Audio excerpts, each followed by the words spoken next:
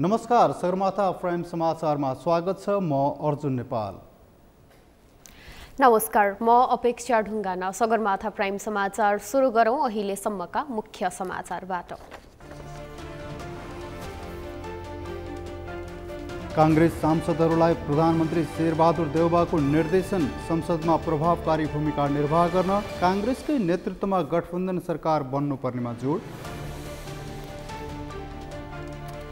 निर्वाचन आयोगले बुझायो 7 प्रदेश प्रमुखहरूलाई अन्तिम निर्वाचन प्रतिवेदन, प्रदेश सरकार गठनका लागि बाटो खुल्ला।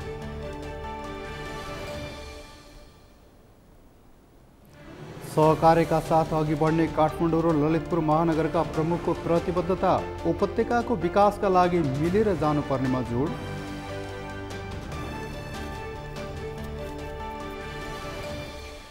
युक्रेनमा मेट्रो सेवा र पानी आपूर्ति सुचारू, जनताले सहर छाड्नुपर्ने अवस्था नरहेको मेयर किस्टस्कोको दाबी।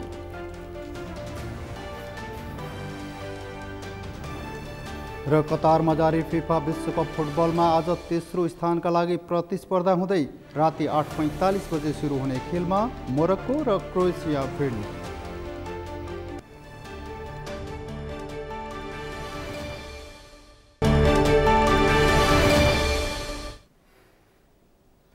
सगरमाथा प्राइम समाचार अब विस्तारमा।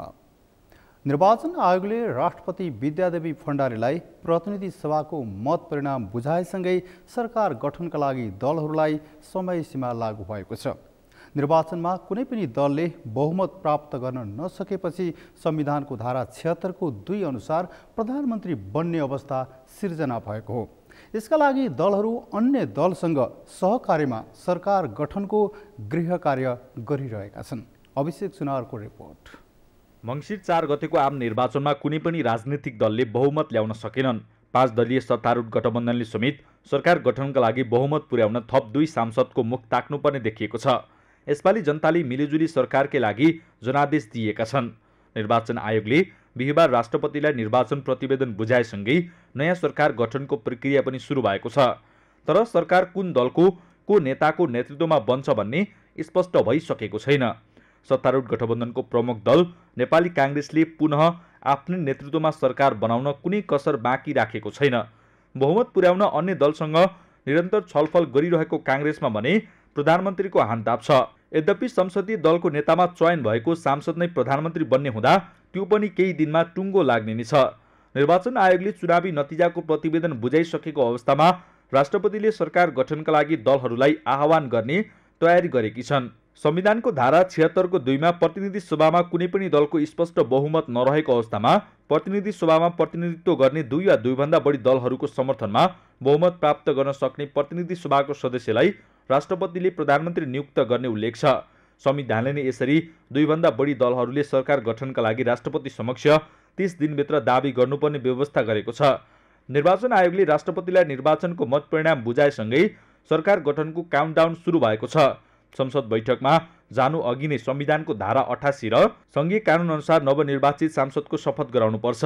निर्वाचित भएर आएका ज्येष्ठ सदस्यले राष्ट्रपतिबाट लिएपछि उनले अन्य सदस्यहरूलाई पद तथा गोपनीयताको शपथ गराउनेछन्।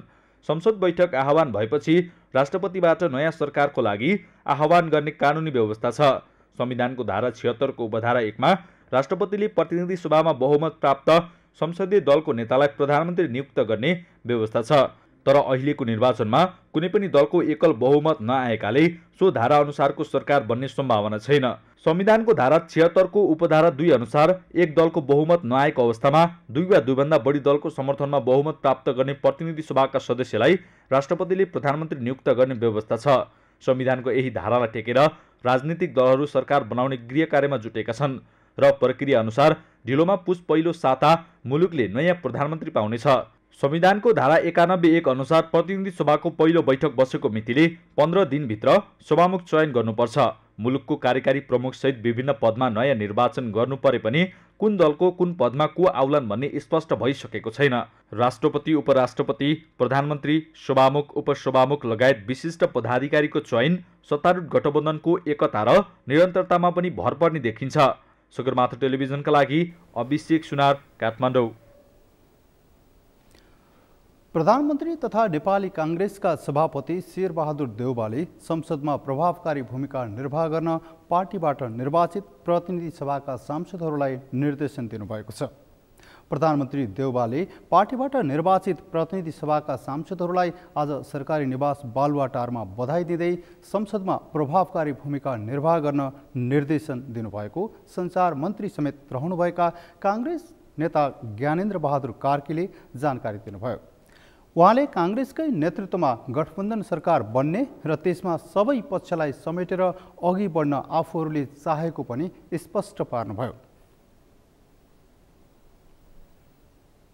संसदमा प्रतिनिधि सभामा सबैलाई प्रभावकारी भूमिका निर्वाह गर्नका निमित्त निर्देश गर्नुभएको छ। अरू राष्ट्रिय राजनीतिको बारेमा हाम्रो गठबन्धन जारी छ। गठबन्धनलाई जनताले अनुमोदन गरेका छन् र चाँडै नै गठबन्धनको बैठक बसेर अरू कुराहरूको निर्णय हुनेछ र त्यो निर्णयको जानकारी म तपाईँलाई गठबन्धनबाट अरूले प्रधानमन्त्रीको दाबी गर्दै गर्दा सबैभन्दा ठुलो दल बनेको काङ्ग्रेसभित्र प्रधानमन्त्री पद नछोड्न दबाब परेको छ पार्टीभित्रैबाट।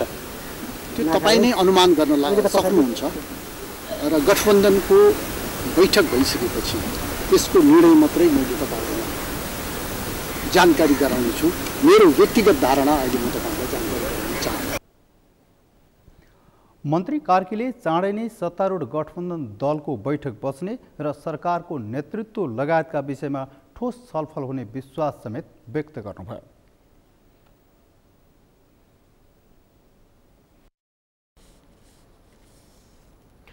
प्रधानमन्त्री शेरबहादुर देउवाले स्थानीय तहको काम कारवाही जनमुखी, पारदर्शी र नागरिकप्रति जवाफदेही हुनुपर्ने बताउनु भएको छ।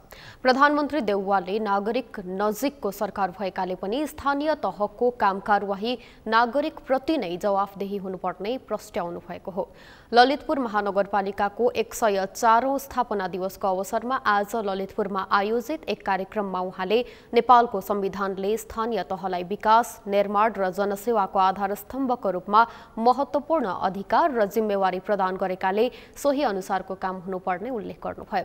उहाँले ललितपुर महानगरपालिकालाई सांस्कृतिक स्मार्ट सहरको रूपमा विकास हुने गरी काम गर्नुपर्नेमा पनि जोड दिनुभयो।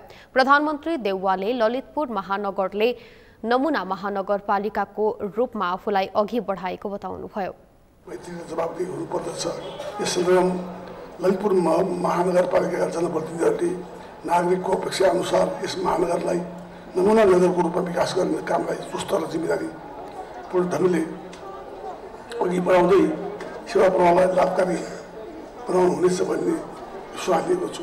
कला, संस्कृति, सम्पदा र महानगरपालिकाका अमूल्य पहिचान हुन्। यस महानगरपालिकाभित्र राष्ट्रिय गौरवका प्राचीन महत्त्वका सम्पदा, संस्कृति नेपाललाई अन्तर्राष्ट्रिय स्तरमा समेत चिनाउन सहयोग पुर्याउन महत्त्वपूर्ण वैभव र धरोहर हुन्। यस महत्त्वपूर्ण विधि र सम्पदाको संरक्षण सम्वर्धन गर्दै यस महानगरपालिकालाई मुलुकै कला संस्कृतिको केन्द्रको रूपमा विकास गर्न जनप्रतिनिधि तथा महानगरवासीहरूले एक आपसमा हातेमालो गर्दै अघि बढ्न आवश्यक छ। त्यस अवसरमा प्रधानमन्त्री देउवालले नागरिकलाई खुसी बनाउने गरी ललितपुर महानगरपालिकाको सम्पदाहरूको संरक्षण र सम्वर्धनको काम भइरहेको भन्दै त्यसलाई निरन्तरता दिएर अघि बढ्न थप क्रियाशील हुन आग्रह गर्नुभयो। निर्वाचन आयोगले 7वटै प्रदेश प्रमुखहरूलाई अन्तिम निर्वाचन प्रतिवेदन बुझाएको छ।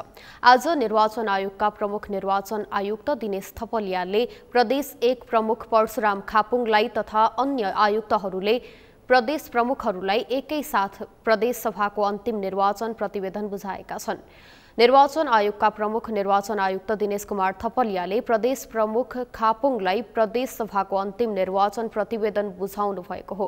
प्रदेश प्रमुखलाई निर्वाचन परिणाम बुझाइसकेपछि प्रमुख निर्वाचन आयुक्त थपलियाले निर्वाचनलाई सफलतापूर्वक सम्पन्न गर्न सहयोग गरेकोमा सम्बन्धित सरोकारवाला निकायहरूलाई धन्यवाद दिनुभयो। उहाँले प्रदेश 1 मा समानुपातिक तर्फ 6 र 31 महिला गरी कुल 37 जना निर्वाचित हुनुभएको बताउनुभयो।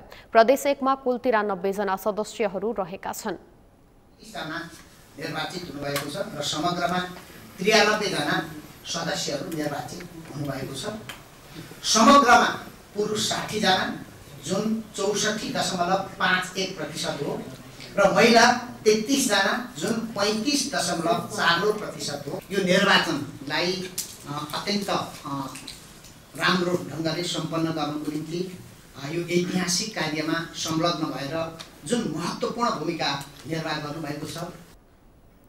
त्यस्तै प्रदेश प्रमुख परशुराम खापुङले प्रदेश सभासँग कानुन बमोजिम अबका काम अघि बढाउने बताउनुभयो। उहाँले संविधानले तोकेको मिति र दायराभित्र रहेर प्रदेश सभालाई अघि बढाउने र प्रदेश सरकार गठन गराउने प्रतिबद्धता जनाउनुभयो।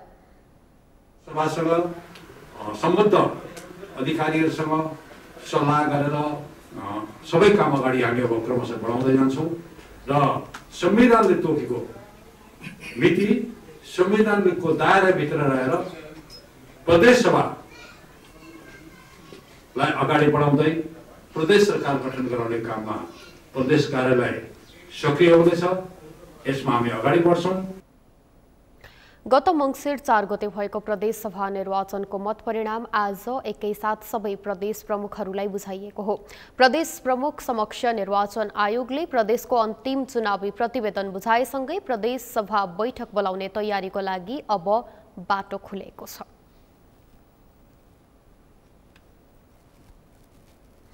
नेपाली कांग्रेसका नेता एवं काठमाडौँ निर्वाचन क्षेत्र नम्बर 5 बाट प्रतिनिधि सभा सदस्यमा निर्वाचित प्रदीप पौडेलले देशमा उत्पादनमूलक उद्योगहरू खोल्न जरुरी रहेको बताउनु भएको छ।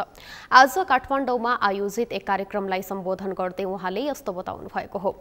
उहाँले परनिर्भर अर्थतन्त्रलाई आत्मनिर्भर बनाउन जरुरी रहेको बताउनुभयो। उहाँले आयातमुखी अर्थतन्त्रलाई अन्त्य गरेर निर्यातमुखी अर्थतन्त्रको विकास गर्न जरुरी रहेको स्पष्ट पार्नुभयो। उहाँले निर्यातमुखी अर्थतन्त्रको विकास भए रोजगारीको अवसर सिर्जना हुने बताउनुभयो। नेता पौडेलले आफ्नो विजयलाई अवसरको रूपमा लिएको भन्दै आगामी दिनमा जनतासँग गरेका प्रतिबद्धताहरू पूरा गर्ने बताउनुभयो। उहाँले मत प्राप्त गरे पनि अब आम नागरिकको मन जित्न जरुरी रहेको बताउनुभयो। यो आयातमुखी अर्थतन्त्रलाई अन्त्य गरेर निर्यातमुखी अर्थतन्त्र विकसित गर्न जरुरी छ। यसो भयो भने रोजगारीको अवसर सृजना हुन सक्छ।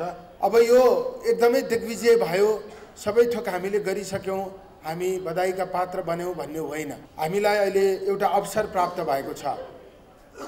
हामीले 5 वर्षभित्र हामीले भनेका कुरा पूरा गरेर देखाउनु पर्ने छ। त्यो असाध्यै चुनौतीपूर्ण छ। त्यसैले हामीले मत प्राप्त गर्यौँ, अब मन जित्न जरुरी छ। अब 4 गतेसम्म सहयोग गरियो, जिताइयो, भोट दिइयो, भोट मागियो, अब सबै थोक यसैले गर्छ भनेर नछोडिदिनु होला। अब पनि यहाँहरूको निरन्तर साथ सहयोगको आवश्यकता हुन्छ। नेता पौडेलले अबको 5 वर्षमा राजनैतिक बेथितिको अन्त्य गर्ने, स्थानीय समस्या समाधान गर्ने र निर्वाचनमा जनतासँग गरेका बाचा पूरा गर्ने प्रतिबद्धता जनाउनुभयो। समाचारमा पालो भएको छ विश्रामको। विश्रामपछि सहकार्यका साथ अघि बढ्ने काठमाडौँ र ललितपुर महानगरका प्रमुखको प्रतिबद्धता, उपत्यकाको विकासका लागि मिलेर जानुपर्नेमा जोड।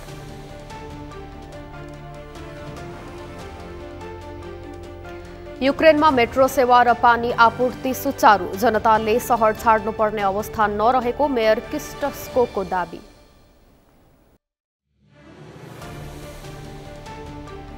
र कतारमा जारी फिफा विश्वकप फुटबलमा आज तेस्रो स्थानका लागि प्रतिस्पर्धा हुँदै राति 8:45 सुरु हुने खेलमा मोरक्को र क्रोएसिया भिड्दै।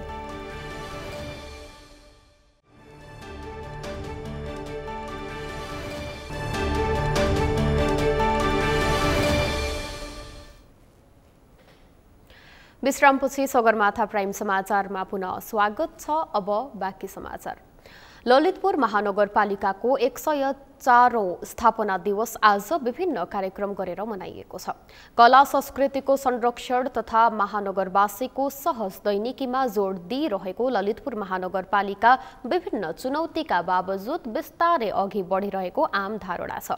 उपत्यकाभित्रकै काठमाडौँ महानगरपालिकासँगै ललितपुर महानगरपालिका पनि मौलिकताको संरक्षणका लागि परिरहेको र सहकार्यको आवश्यकता पनि देखिरहेको छ। एक रिपोर्ट।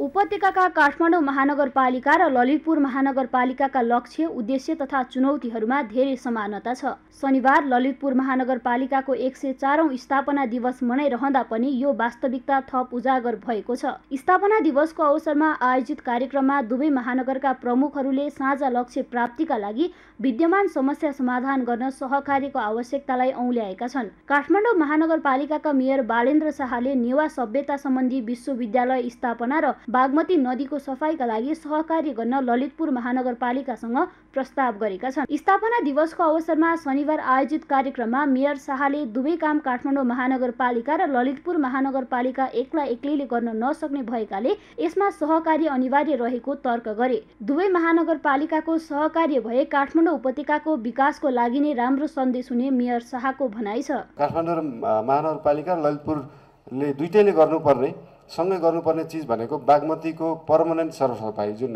टेम्पोरेरी सरसफाइ त धेरै हुन्छ। पर्मनेन्ट रूपमा बागमतीको सरसफाइ गर्नलाई काठमाडौँ र ललितपुर दुईटैले सहकार्य गर्नै पर्छ। काठमाडौँ एक्लैले पनि सक्दैन, ललितपुर एक्लैले पनि सक्दैन।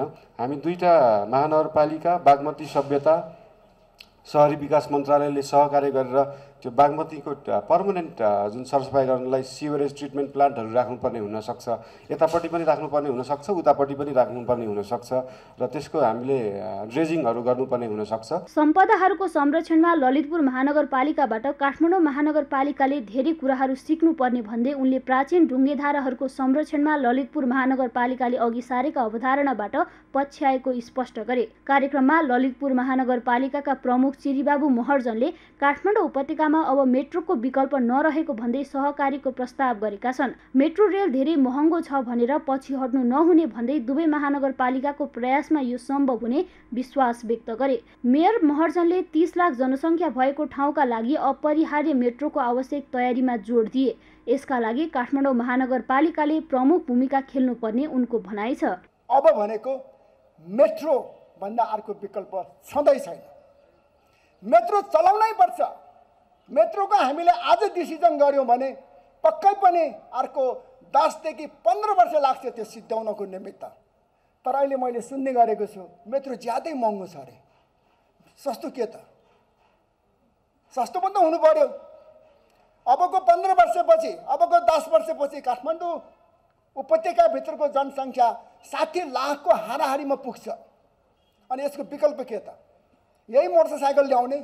तसर्थ यो विकल्प किमार त हुन सक्दैन। तसर्थ यसको निमित्त हामीले मेट्रो नल्याइकन सुखै छैन। अब मेट्रो महँगो भनेर चुप लाएर बस्यौँ। दुवै मेयरहरूबाट सहकार्यका लागि गरिएको यो खुल्ला प्रस्ताव सम्बोधनमै सीमित रहन्छ वा यसले उपत्यका विकासमा नयाँ उदाहरण प्रस्तुत गर्छ त्यो भने समयले नै देखाउनेछ।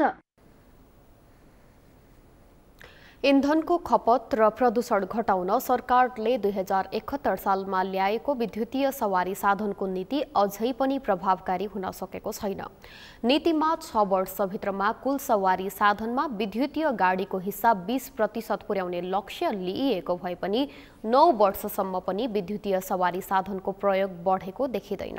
अहिले सरकारको मातहतमा रहेको साझा यातायातका 3 र निजी क्षेत्रको सुन्दर यातायातका 18 वटा गरी जम्मा 21 वटा विद्युतीय बसहरू सञ्चालनमा रहेका छन्। विद्युतीय निजी सवारी साधनको प्रयोग केही बढे पनि सार्वजनिक यातायातमा विद्युतीय गाडीको संख्या बढ्न भने सकेको छैन। सरकारको नीति र व्यवहारमा तालमेल नमिल्दा विद्युतीय गाडीको संख्या बढ्न नसकेको सहजै अनुमान गर्न सकिन्छ। यशोदा भण्डारीको रिपोर्ट। सरकारले 3 वर्ष अघि नै काठमाडौँमा विद्युतीय सवारी साधन सञ्चालन गर्न साझा यातायातलाई 3 अर्ब दिएको थियो। साझालाई 3 महिनाभित्र 40 वटा विद्युतीय बस सञ्चालन गर्न भने पनि 79 असारमा जम्मा 3 वटा मात्र गाडी सञ्चालनमा ल्याइयो। साझाले बाँकी 37 वटा विद्युतीय बस भर्खरै नाकाबाट भित्र्याएको छ। ती बसहरूको यान्त्रिक परीक्षण, दर्ता लगायतका काम भइरहेको साझाले बताएको छ। योजना अनुसार कामले गति लिए आउँदो 1.5 महिनामा 37 वटा साझाका विद्युतीय सवारी साधन रिङ रोडमा गुड्ने साझा यातायात प्रणालीले बताएको छ। अहिले हामीले इन्स्पेक्सन सुरु गरेका छौँ। हिजोदेखि इन्स्पेक्सन सुरु भयो। सो अलिक टाइम लाग्छ इन्स्पेक्सन। सबै गाडीलाई चाहिँ भिजुअली हेरिरहेछौँ कहीँ केही त्रुटिहरू छन् कि। अब सबै कुरा राम्रैसित गयो भने चाहिँ 1 देखि 1.5 महिनाभित्रमा चाहिँ दर्ताहरू गरेर चाहिँ गुडाउन सकिने सम्भावना चाहिँ देखिन्छ। अहिले चार्जिङ र पार्किङ चाहिँ विद्युतीय बसको लागि च्यालेन्जिङ नै छ। अहिले हामीसँग भएको स्पेसमा अलरेडी 71वटा डिजल बसहरू पार्क गर्नुपर्ने र त्योसँगै 40वटा पार्क गर्न चाहिँ भएको स्पेसमा चाहिँ पुग्दैन। नयाँ स्पेसको लागि चाहिँ हामी खोजिरहेछौँ, सरकारसँग पनि समन्वय भइरहेछ। यता निजी लगानीमा 2076 भदौदेखि नै नेपालमा पहिलो पटक विद्युतीय सवारी साधन सञ्चालन गर्दै आएको सुन्दर यातायातका अध्यक्षले भने सरकारबाट पर्याप्त सहुलियत पाउँदा पनि साझा यातायातले विद्युतीय बस सञ्चालन गर्न नसकेको तर्क गरेका छन्। सरकारी पक्षबाट रुट पर्मिट, चार्जिङ स्टेसन लगायतका कुरामा असहयोग गरिदिँदा निजी सवारी साधन सञ्चालनमा कठिनाई भइरहेको उनी बताउँछन्। विद्युत प्राधिकरणले देशभर जडान गरेको 51वटा चार्जिङ स्टेसनमा निजी क्षेत्रका सवारी साधनले चार्ज गर्न नपाएको निजी व्यवसायीहरूको आरोप छ। उनले लक्ष्य अनुसार विद्युतीय सवारी साधन भित्रिन नसकेकोमा भौतिक पूर्वाधार तथा यातायात मन्त्रालय जिम्मेवार रहेको दावी गरेका छन्। हामीलाई एउटा ठुलो समस्या के हो भने डिजेल र पेट्रोलले पार्किङ गरिरहेको ठाउँमा हामीले पार्किङ गर्न सक्दैनौँ र हामीलाई छुट्टै नेपाल सरकारले पार्किङ व्यवस्था पनि गरिदिएको छैन भन्ने बेला उहाँहरू के भन्नुहुन्छ, निजीसित हातेमालो गरेर सरकार अगाडि बढ्छ भन्नुहुन्छ। अनि निजी स्तर जो अहिले हामीले गरिरहेको छौँ, हामी सरकारसित हातेमालो गरेर अगाडि बढ्छौँ नि त। तपाईँहरू पनि हामीलाई कमसेकम 100मा 10% त सपोर्ट गरिदिनुहोस् न भन्दा उहाँहरू सपोर्ट गर्न सक्नुहुन्न। नेपाल सरकारले सार्वजनिक रूपमा के भन्छ भने 25वटा ठाउँमा काठमाडौँ लगायत देशका प्रमुख सहरहरूमा हामीले 50वटा चार्जिङ स्टेसन स्थापना गर्दैछौँ भन्छ। त्यहाँ पब्लिक भेहिकल गरेर चार्ज गर्न मिल्छ कि मिल्दैन त्यो चाहिँ उहाँहरू खुलाउन चाहनुहुन्न। जहाँ हाल रहेको भौतिक मन्त्रालयको सचिवज्यू त यस्ता सचिवज्यू हुनुहुन्छ कि उहाँले विद्युतीय सवारी साधन भन्यो भने त्यो फाइलै हेर्न चाहनुहुन्न। कुनै पनि विद्युतीय सवारी साधन न सुन्दर हामीले ल्याएको ठुला बसहरू न साना बस, उहाँलाई विद्युतीय बस भने विद्युतीय सवारी साधन भनेपछि उहाँलाई एलर्जी लाग्छ। भौतिक मन्त्रालयको सचिव हालका सचिवज्यू यस्ता हुनुहुन्छ, उहाँले विद्युतीय सवारी साधन भनेको नेपालमा नचलोस् भनेर एउटा घोषणा गरिदिन सक्नुभएको छैन, तर उहाँ विद्युतीय सवारी साधन चलोस् भन्ने पक्षमा पनि हुनुहुन्न। चालु आर्थिक वर्षको पछिल्लो 4 महिनामा मात्र 1000 भन्दा बढी विद्युतीय सवारी साधन भित्रिएका छन्, तर यसमा सार्वजनिक सवारी बसको सङ्ख्या पनि न्यून छ। सरकारले सस्तो लोकप्रियताका लागि नीति त ल्यायो, तर व्यवहारमा लागू गर्न नसकेको निजी व्यवसायीहरूको भनाइ छ।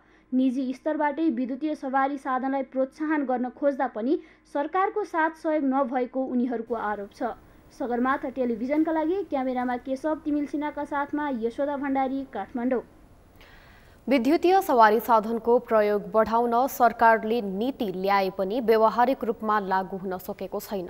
निजी क्षेत्रले विद्युतीय सवारी साधनको प्रयोग बढाए पनि राज्य स्तरबाट यस विषयमा खासै पहल भएको पाइँदैन। विद्युतीय सवारी साधन अहिले विश्वकै माग हो। जलवायु परिवर्तनको असर कम गर्न विश्वले नै अंगीकार गरेको विद्युतीय सवारी साधनको प्रयोग बढाउन सके नेपालले पनि यो अभियानमा सहभागी हुनेछ। यसै सन्दर्भमा आज हामीले सर्वसाधारणलाई सोधेका थियौं, विद्युतीय सवारी साधनको प्रयोग बढाउन के गर्नु पर्ला? हेरौं उनीहरूको भनाई उनीहरूकै शैलीमा।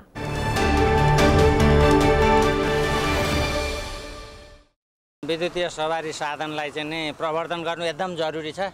यो तेलले, डिजेलले, पेट्रोलले धुवाँ धुलो गरेर हिँड्न नसक्नु छ बाटो।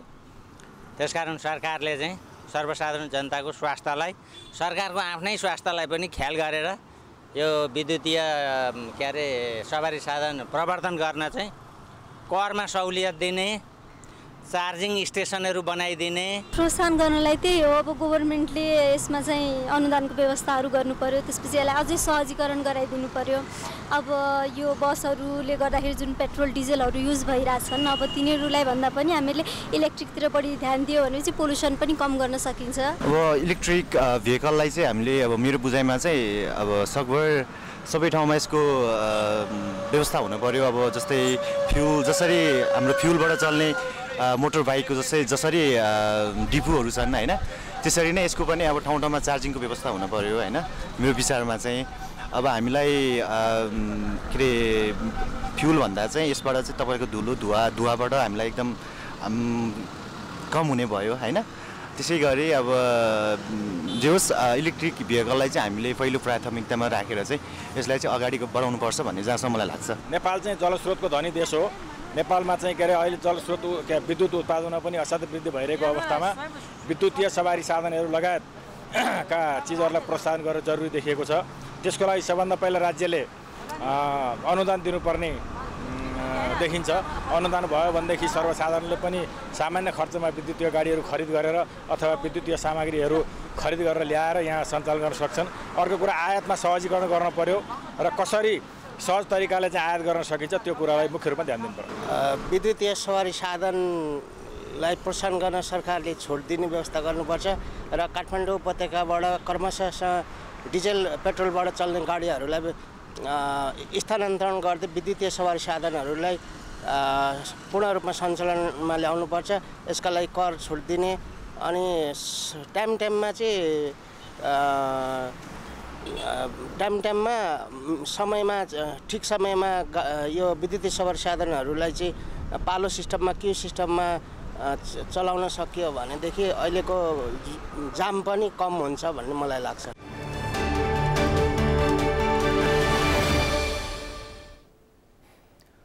तमु बौद्ध सेवा समिति नेपालको 32औं वार्षिक साधारण सभा सम्पन्न भएको छ।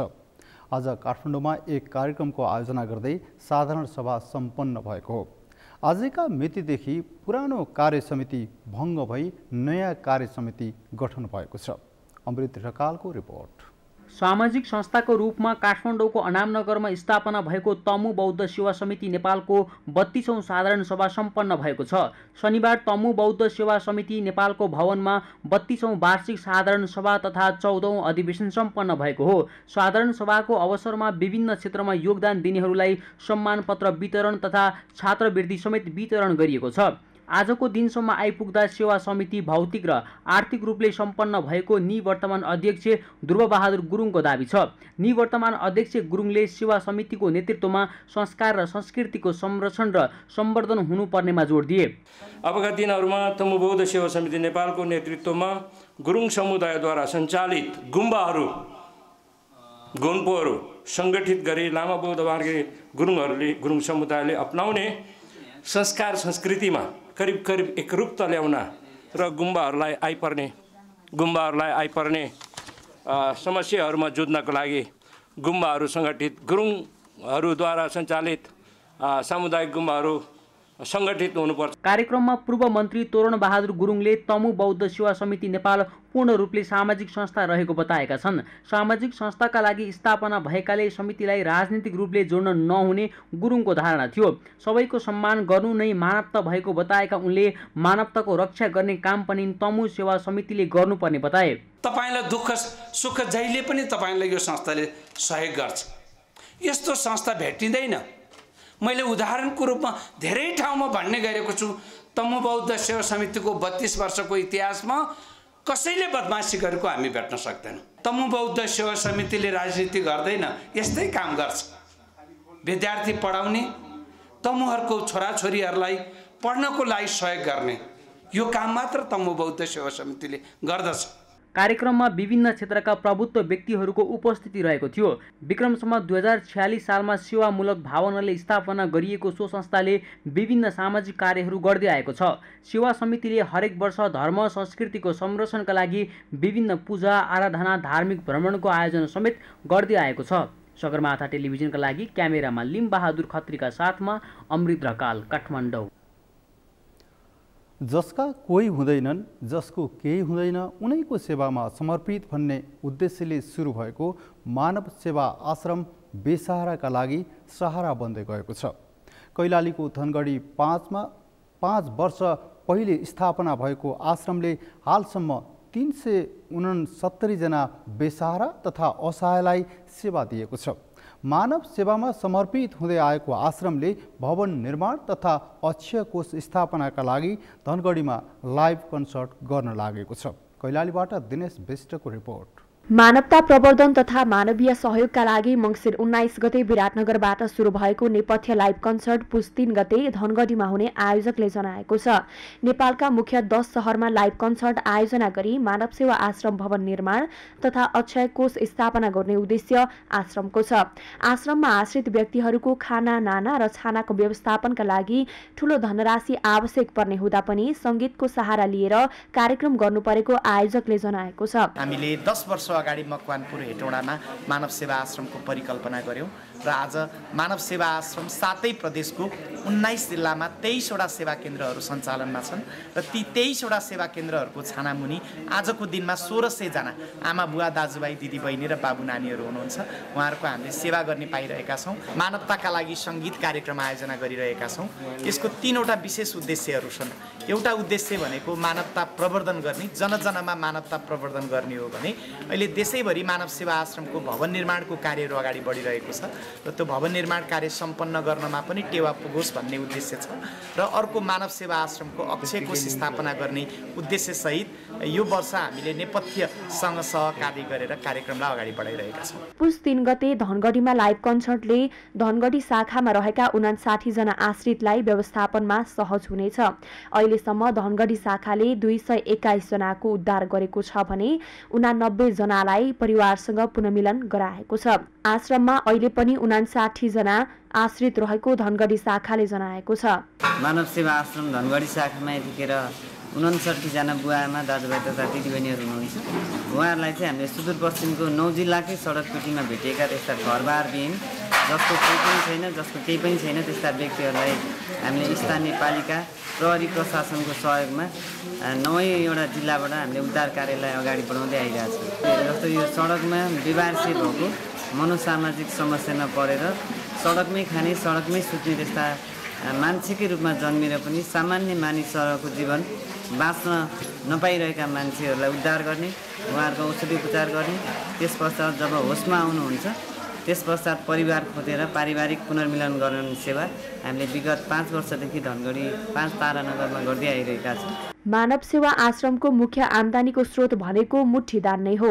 मुठीदान बाहेक जन्मदिन, विवाह वर्षगाँठ, विभिन्न सङ्घ संस्थाको वार्षिकोत्सव, व्रतबन्ध, छोराछोरीको न्वारन पास्ने लगायतमा गरिने खर्च कटाएर विभिन्न व्यक्ति तथा सङ्घ संस्थाले गरेको सहयोगबाट व्यवस्थापन हुँदै आएको छ। त्यसका अलावा पछिल्लो समय स्थानीय तह र सुदूरपश्चिम प्रदेश सरकारले पनि सहयोग गरिरहेको आश्रमले जनाएको छ। यो आश्रमको मुख्य सहयोगी भनेको मानवीय मन भएका दाताहरू नै हुन्, जसले जन्मदिन, एनिभर्सरी, पितृ कार्य विभिन्न अवसर पारेर हामीलाई सहयोग गर्नुहुन्छ र विभिन्न सङ्घ संस्थाहरू जसले आफ्नो वार्षिकोत्सव, स्कुल, कलेज, बैंक, उद्योग वाणिज्य सङ्घ, विभिन्न संस्थाहरू, नवजीवन बैंक लगायत तमाम संस्थाहरूले आफ्नो वार्षिकोत्सवको अवसर पारेर सहयोग गर्नुहुन्छ। त्यो नै हाम्रा प्रमुख दाता हुन्। खास गरेर व्यक्ति र सङ्घ संस्थाको 70% सहयोग र 30% अहिले चाहिँ स्थानीय प्रदेश र सङ्घीय सरकारको सहयोगमा हाम्रो आश्रम सञ्चालनमा रहेको छ। बेसहारालाई सहारा दिँदै घरसम्म समेत पुनर्मिलन गरिरहेको मानव सेवा आश्रमले पूर्ण रूपमा सरकारी सहयोग पाउन सकेको छैन।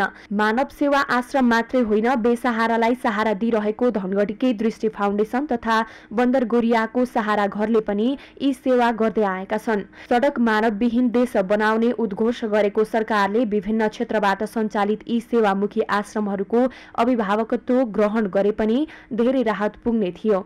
सगरमाथा टेलिभिजनका लागि कैलालीबाट दिनेश विष्टको रिपोर्ट। सगरमाथा प्राइम समाचारमा अब पालो भएको छ विश्रामको। विश्रामपछि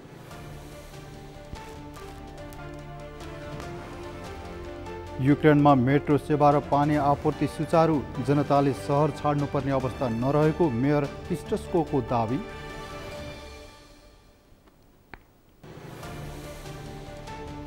र कतारमा जारी फिफा विश्वकप फुटबलमा आज तेस्रो स्थानका लागि प्रतिस्पर्धा हुँदै राति 8:45 बजे सुरु हुने खेलमा मोरक्को र क्रोएसिया भिड्ने।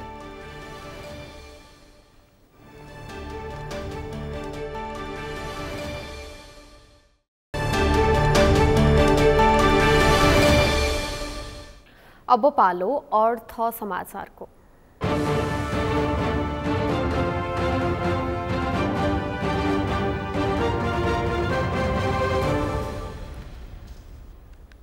नेकपा एमाले आबद्ध श्रमिकहरूको संगठन नेपाल ट्रेड युनियन महासंघ जिफन्टले वैदेशिक रोजगारमा गएका श्रमिकहरूको समस्या समाधान गर्न सरकारलाई दबाब दिएको छ। अन्तर्राष्ट्रिय प्रवासी श्रमिक दिवसको अवसर पारेर आज काठमाडौँमा आयोजित कार्यक्रममा जिफन्टले वैदेशिक रोजगारीमा गएका श्रमिकहरूको समस्या समाधान गर्न सरकारलाई दबाब दिएको हो। जिफन्टका अध्यक्ष विनोद श्रेष्ठले मुलुकको अर्थतन्त्र रेमिट्यान्सको भरमा चलेको तर रेमिट्यान्स पठाउनेहरूको समस्याबारे भने सरकार गम्भीर नभएको भन्दै आक्रोश व्यक्त गर्नुभयो। अध्यक्ष श्रेष्ठले वैदेशिक रोजगारीमा जानका लागि आफ्नो दक्षता वृद्धि गर्न श्रमिकहरूलाई पनि आग्रह गर्नुभयो। वैदेशिक रोजगारीमा जानेहरूको संख्या बढ्दै गएको उल्लेख गर्दै उहाँले देशभित्रै रोजगारीको अवसर सिर्जना गर्न पनि सरकारको गम्भीर ध्यान आकर्षण गराउनुभयो। अझै पनि धेरै खालका समस्याहरू भोगिरहेको छ र उनीहरूको समस्यालाई नेपाल सरकारले अझै पनि सुन्न चाहिँ सकिरहेको छैन। उनीहरूको समस्याहरूलाई चाहिँ समाधानका निमित्त पहल गर्नुभन्दा पनि उनीहरूलाई अझै दिन प्रतिदिन मार थप्ने कामहरू चाहिँ भइरहेको छ। यस्तो नहोस् भन्नका निमित्त जनचेतनाका निमित्त पनि सरकारलाई चाहिँ अब राम्रो काम गर्न लबिङ गर्नका निमित्त दबाब दिनका निमित्त पनि र हाम्रा श्रमिकहरूलाई पनि जानुभन्दा अगाडि के गर्नुहुन्छ के गर्नु हुँदैन भन्ने चाहिँ जानकारी लिन दिनका निमित्त पनि हामीले यो दिवसलाई चाहिँ प्रयोग गर्ने गर्छौँ। यसै प्रयोजनका निमित्त यही काम सफलताका निमित्त नै हामीले यो दिवस मनाइरहेका छौँ। अध्यक्ष श्रेष्ठले सामाजिक सुरक्षा ऐनमा वैदेशिक रोजगारीमा जाने श्रमिकहरूको पनि हित प्रवर्धन हुनुपर्ने बताउनुभयो। जिफन्टले वैदेशिक रोजगारीमा जाने श्रमिकलाई सामाजिक सुरक्षाको दायरामा ल्याउने गरी आवश्यक वातावरण बनाउन पनि सरकारको ध्यान आकर्षण गराउँदै आएको छ।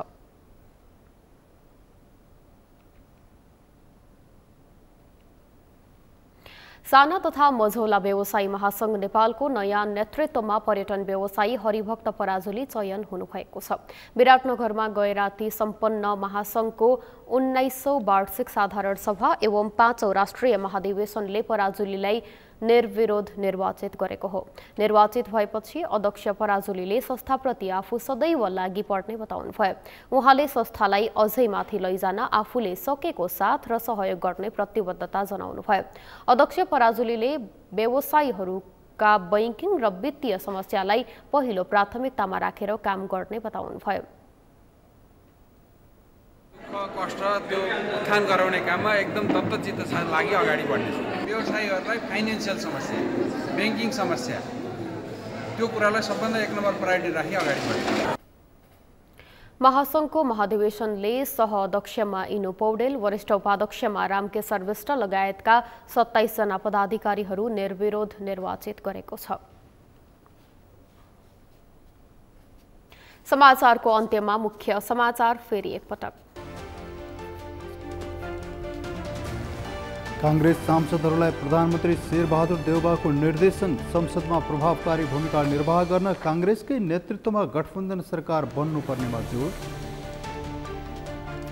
निर्वाचन आयोगले बुझायो 7 प्रदेश प्रमुखहरूलाई अन्तिम निर्वाचन प्रतिवेदन, प्रदेश सरकार गठनका लागि बाटो खुल्ला।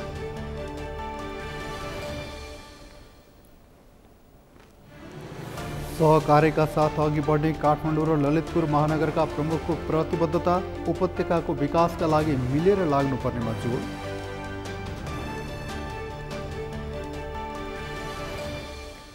युक्रेनमा मेट्रो सेवा र पानी आपूर्ति सुचारू, जनताले सहर छाड्नुपर्ने अवस्था नरहेको मेयर किस्टस्को दाबी।